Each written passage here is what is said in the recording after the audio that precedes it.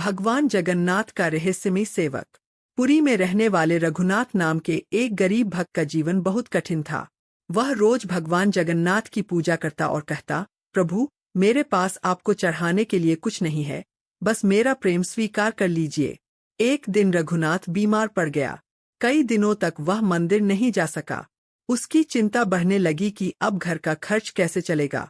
अचानक अगले दिन एक युवक उसके घर आया और बोला, मुझे काम चाहिए, मैं आपके साथ रहकर आपकी मदद करूंगा। रघुनाथ ने कहा, बेटा, मैं तो खुद गरीब हूँ, तुम्हें क्या दूंगा। युवक मुस्कुराया, मुझे कुछ नहीं चाहिए, बस सेवा करने दीजिए। उस दिन से युवक घर का सारा काम करने लगा। आश्चर्य की बात यह थी कि उसके आने के बाद घर में कभी अन्न की कमी नहीं हुई।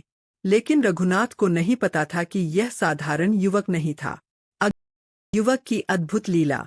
रघुनाथ ने देखा कि युवक हर काम बड़ी आसानी से कर देता था। एक दिन भयंकर तूफान आया। पूरे गांव के खेत बर्बाद हो गए, लेकिन रघुनाथ का छोटा सा खेत सुरक्षित रहा।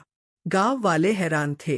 कुछ दिनों बाद एक व्यापारी रघुनाथ के घर आया और बोला, आपके बेटे ने मेरी डूबी हुई बैलगाड़ी बचाई थी, मैं धन्यवाद देने आया हूँ।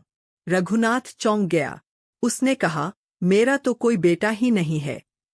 व्यापारी ने उसी युवक की ओर इशारा किया, लेकिन जब सबने पीछे मुड़कर देखा तो युवक कहीं दिखाई नहीं दिया।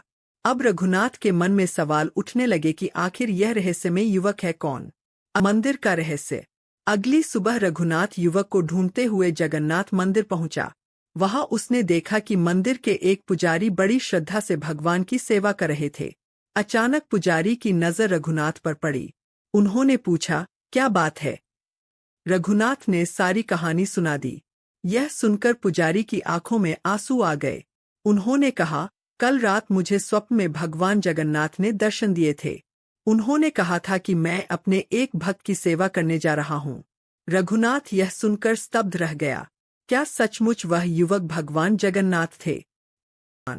रघुनाथ तुरंत गर्भगृह के दर्शन करने पहुंचा। जैसे ही उसने भगवान जगन्नाथ की मूर्ति को देखा, उसकी आंखें फटी की फटी रह गईं। भगवान के चरणों पर वही मिट्टी लगी हुई थी जो उसके घर के आंगन में थी। इतना ही नहीं, भगवान के वस्त्र पर वही छोटा सा पैबंद था जो उसने कुछ दिन पहले उस युवक के कपड़े पर देखा था। रघुनाथ की आंखों से आंसू बहने लगे।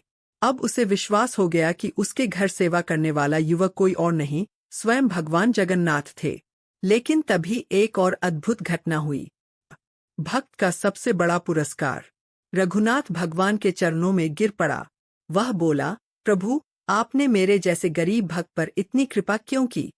तभी उसके हृदय में एक दिव्य आवाज गूंजी, रघुनाथ, मुझे धन नहीं, प्रेम चाहिए। जो भक्त सच्चे मन से मुझे पुकारता है, मैं स्वयं उसकी सहायता के लिए आता हूँ। उस दिन के बाद रघुनाथ का जीवन बदल गया। उसके घर में सुख समृद्धि आने लगी, लेकिन उसने कभी अपना अहंकार नहीं बढ़ने दिया।